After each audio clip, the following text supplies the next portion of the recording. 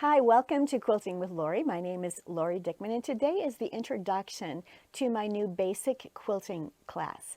This is a class where you're going to learn how to quilt. If you do not know how to sew or use your sewing machine, you're going to want to go out to YouTube and search for some great classes on how to sew, how to use your sewing machine. Once you have that under your belt, then stop back, because then we're going to learn how to quilt.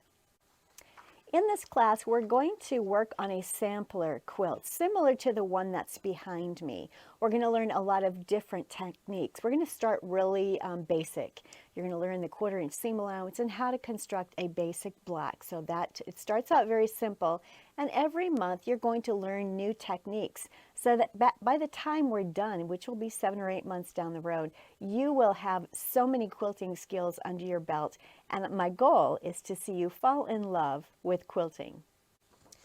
So here is the quilt that we'll be working on. It's a wonderful sampler. We're working on everything from the basic block to strip piecing, foundation paper piecing. I'm going to teach you how to sew curves. We're going to make picture quilts. We're going to learn 2 different methods of applique, the fusible and the needle turn. We're going to learn stained glass. We're just going to have so much fun. We're also going to learn how to do a pieced border and some sashing. So there's a lot that you're going to be able to accomplish with this. This PDF is attached in the description box below. Each week, or each month, excuse me, when I'm posting these classes, there will be a PDF of the templates that are required for the class. There won't be instructions. That will be part of the video, so you'll want to watch the video to get the instructions. But any templates that you might need will be attached in a PDF form. So in the introduction today, there are some simple things that I want to cover with you. First of all, make sure that you download the PDF. On the back page or the second page, you'll see the fabric requirements. And I'm going to talk to you about fabric in just a minute here, but it'll let you know how much yardage you need to construct this. And you can, of course, replace these colors with any fabrics that you choose. I would recommend for this particular sampler, just the scrappier, the better.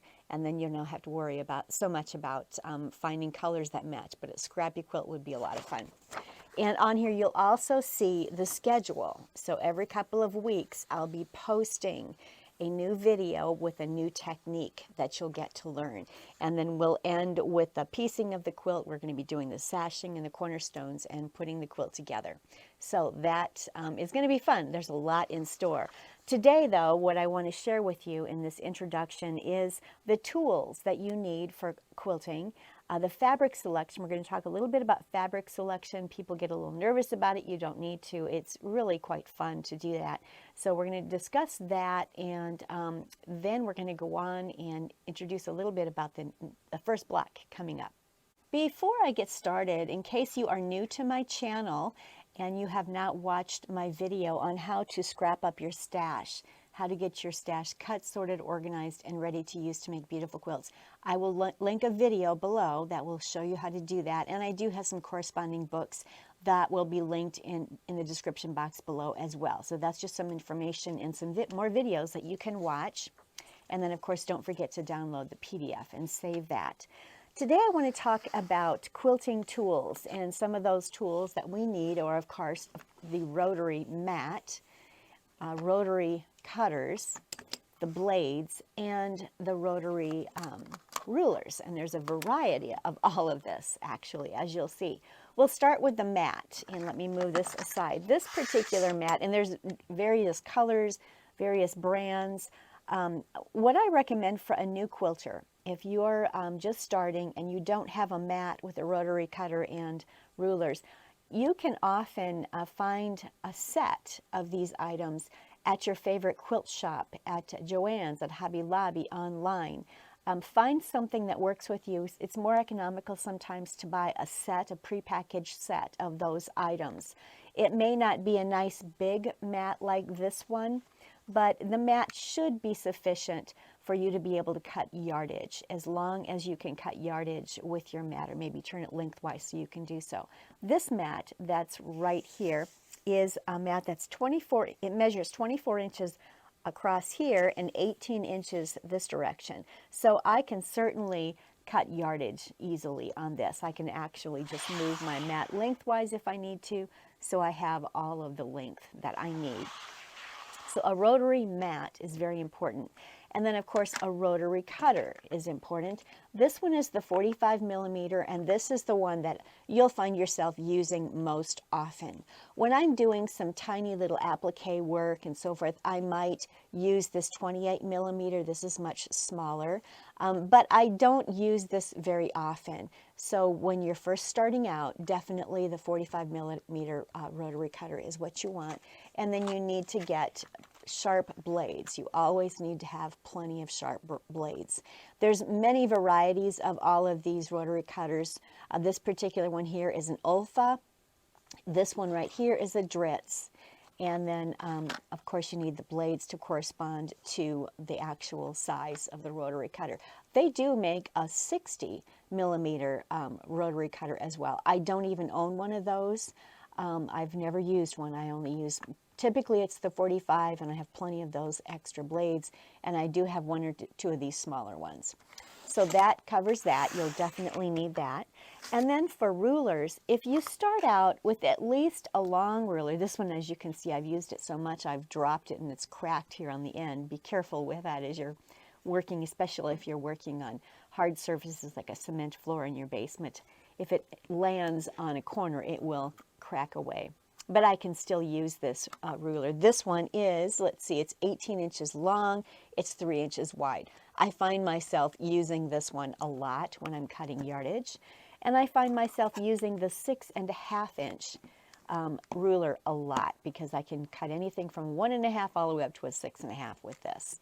So these are two sizes that I really like. I can get a lot of usage from these. Some other rulers that I use, and these are all OmniGrid. These rulers that you see are all OmniGrid that I'm showing you right now. This is another ruler that I like, and you'll be able to see it better if I put it on the white background here. Yeah, you can see it much better this way. This one is 6 inches wide, and it is 12 inches long.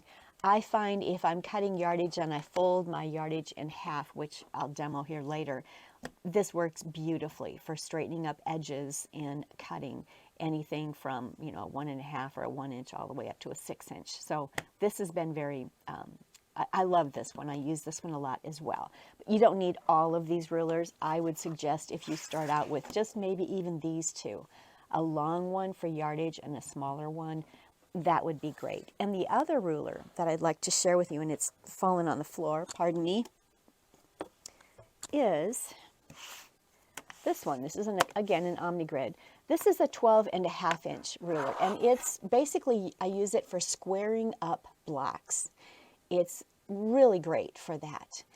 This is not something that you need right now. You can actually use the markings on your mat and a long ruler like this to square up your blocks. So no worries. If you start out with something like this right away, you're good. Or even if you just start out with one of these in a set with a mat, the rotary cutter and ruler, that'll get you going. So if you're a brand new quilter and you don't want to invest in a whole lot of things at first until you know for sure that you're going to enjoy quilting, start out with something like that. All right, now let's talk a little bit about getting our fabric on this straight of grain here. As you can see, this fabric has had some interesting pieces cut out of it, and I need to have that whole thing on the straight of grain, and I'm going to show you how to do that with your rotary cutter and a ruler. A little bit more on rotary cutters. If you'll notice, this one here has this little button which is a lock and an unlock. So actually my lock is now working. I can lock it and it will not open. The blade is inside and it's not going to cut. I need to unlock it, and then the blade will open so that I can actually cut. And I would recommend that you always invest in a rotary cutter that has some kind of a locking mechanism like that, or something where it will default and go back inside so the blade is not left open. It's very easy to hurt yourself or cut yourself badly with a rotary cutter, so be very, very careful. And if you're going to invest in a rotary cutter, make sure that you invest in one that has the locking feature and that it will always automatically, when you release it, it goes back inside and the blade is not open there to cut anything. So hopefully that makes sense. There are also gloves you can purchase. They're made of a netting of some sort that prevent the blade from actually cutting fingers and so forth. So just be very careful with the rotary cutters. So the first thing we're going to do is learn how to get our fabric lined up properly. And when I had mentioned earlier about folding my fabric in half, this is what I'm referring to. This is a piece of fabric that is 44 inches wide from selvage to selvage. It's just a little tiny section that has been used, so there's, I don't even think there's maybe between an eighth and a quarter yard there. There's been sections obviously cut out, but now it's been folded. Down here are the two selvage ends, and the selvage is the piece of fabric or the part of the fabric where it was connected to the looms. So often you see pinholes in that area, and it's a very tight woven area down there at the selvage. It's usually about a half an inch, sometimes up to an inch wide, but that's the selvage, which you don't ever want to use in a quilt, but it's where you're going to go ahead and match up those selvages. Make sure that everything is laying here nicely. I can see that this is kind of bowed here, so that needs to be lined up. Since I have my selvages matching down there, they're matching beautifully here, I'm going to bring the folded section down to that, and I'm going to use a line on my mat right there. And now what I'm going to do is use my ruler.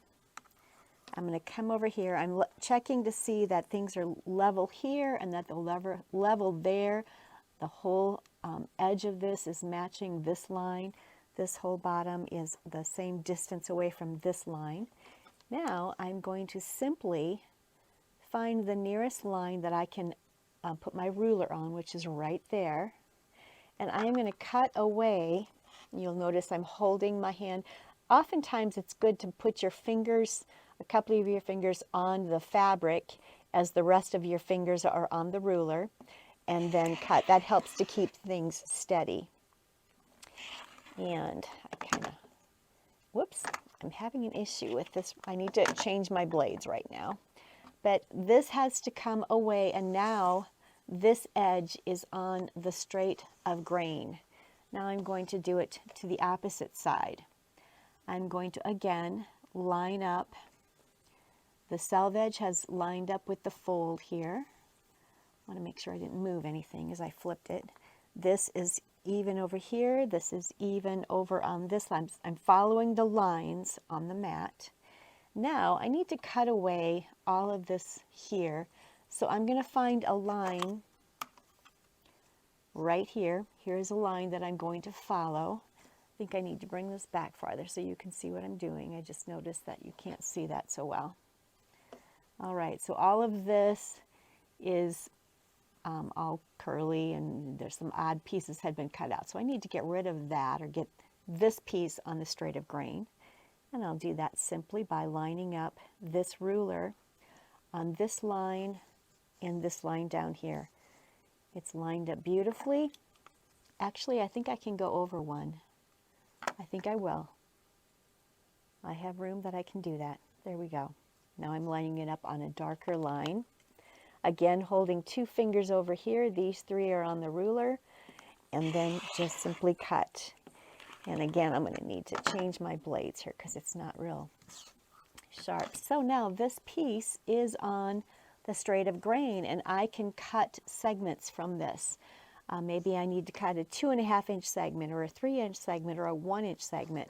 And then I can use my ruler by lining up the lines on the ruler. Let's say I needed to cut a 2 inch segment. There's the 2 inch line from here. I would line up the edge of the fabric on that line, and there are 2 inches of fabric underneath the ruler. I'm making sure this is even here, it's even here, it's even there. Once I know that's done, then I can make my cut just like you saw before. And on this piece, I can still actually use part of that. Here's what you could do. You could simply line it up here, and I'm just kind of showing you how to use the ruler and how to straighten up fabric as we go. So I'm lining up the edge of the fabric, which has been put on the straight of grain. So that's on that line right there. And I'm lining up this ruler on this dark line here. And I'm going to get rid of this odd section over here. Again, fingers over here, these three here.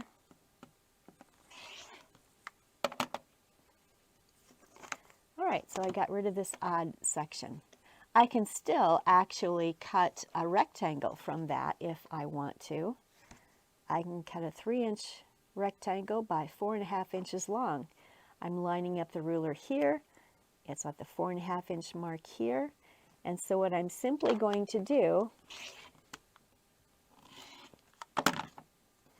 there we go. So I've got some excess that can either be put in my crumb quilt bin or can be used as stuffing. I have 2 rectangles here that I can use. And this one is on the straight of grain. I can also take this piece and let's see what I can get out of this. I think I can get a 3.5-inch piece from here. So I'm looking at this line right here. The fabric is lined up right there. I need to bring it down here farther for you to see. So that's lined up on that line on the mat. It's lined up on that line on the mat, and I am able to come over to this distance to cut a strip. This part right here only has a little section here, and then it doesn't have the top piece. So I've lined it up. I think I've missed a thread or two. Definitely need to change my blade, but there we go. So now I've got, this one is straight of grain, got 2 rectangles, and this one is on the straight of grain. So that's just a little practice session on how to use the rotary cutter, the ruler, and your mat to get your pieces of fabric on the straight of grain. Now let's talk a little bit about fabric selection. People get a little nervous about how to pull fabrics at quilt shops or at the store, or they're not sure what goes together. And I'm going to give you a little hint on how to pull fabric colors and that will go together with your piece. I like to start with a focus fabric. So this I'm calling my focus fabric. This is the piece of fabric that I love, and I want it to be the focus of my quilt. This has some beautiful leaves, and it's got these beautiful little red and black ladybugs on it. And if you'll notice in the selvage of different fabrics, and this is one by Moda. I think it's called Field Trip by Moda. Part of that is cut off, so I'm not sure. Make sure you can see that there. But if you notice, there are little dots, little circles within the selvage. And again, this selvage is white, and that was what I was sharing with you earlier. You can see little pokey holes in there. This is where the fabric was actually on the loom, held on the needles of the loom, and the fabric was woven. And so this section is quite tight, and you'll actually be cutting that away before you use it in a quilt. But there's some really good information in that selvage.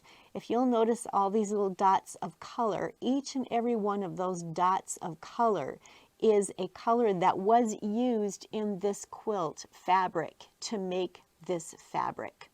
And so if you needed to pull some colors to go with this fabric, often you need darks, lights, and mediums to make your quilt pop. So you could pull some fabrics there that are darks. Here's some mediums in the center, and here are some lights.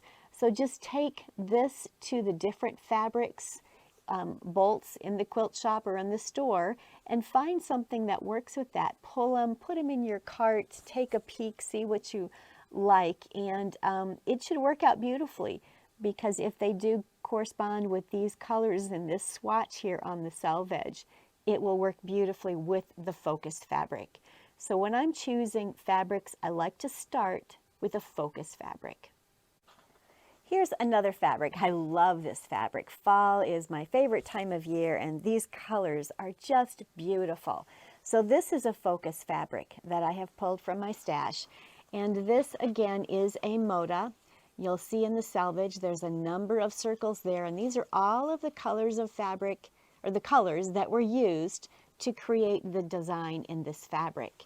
So as I'm going through the store, or in this case through my fabric stash here in my quilt studio, I can just simply pull colors that match any of these circles in here, from my darks, my mediums, and my lights. So that's what I have done. So I have grabbed this one. Let me fold it up here. And I've gone to my stash and I've pulled some blues, greens, a gold, and another deep purple. Now, there's one thing that you want to think about. For this quilt, there aren't too many large areas for a large print. So therefore, although I love this fabric, it's not going to work very well in this particular quilt because I don't have like a big border area.